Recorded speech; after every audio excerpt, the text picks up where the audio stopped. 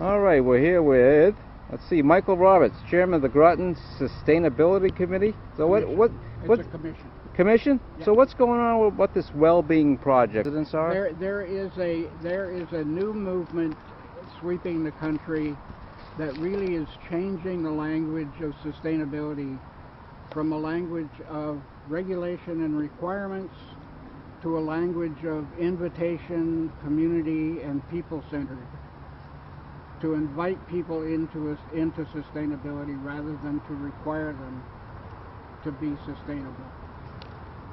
And it's growing rapidly. The city of Seattle is the first city to really embrace the Happiness Initiative. A number of cities across the country have done it, and it grows out of a philosophy that came from Nepal, or from Bhutan, the country of Bhutan, where the king thought that it was a better way to measure his country's value to measure the gross national happiness rather than gross domestic product. And gross domestic happiness, it's measuring more of what matters rather than just more. Why do you think it's important to measure happiness? Because that gives us a gauge on what we can do to help people live a more successful life and have greater satisfaction with life. Some people call it quality of life.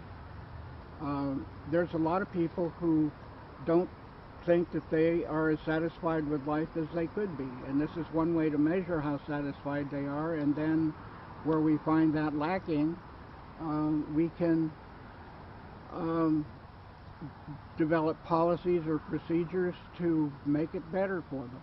How will you measure the happiness? There's an organization called the Happiness Initiative that's in Seattle, Washington, and they have a website called happycounts.org, and you go onto that site and each individual takes a survey.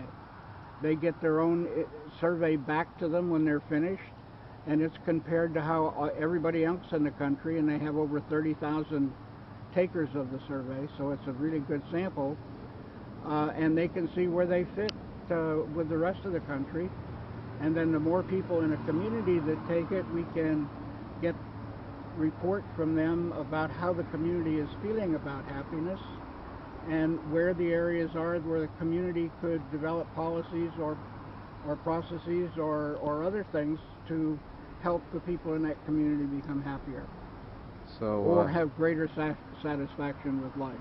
So that will help you in those measurements. That will help you as far as projects and planning. That's right. For instance, one of the questions is, do you have enough time to do the things that you would like to do?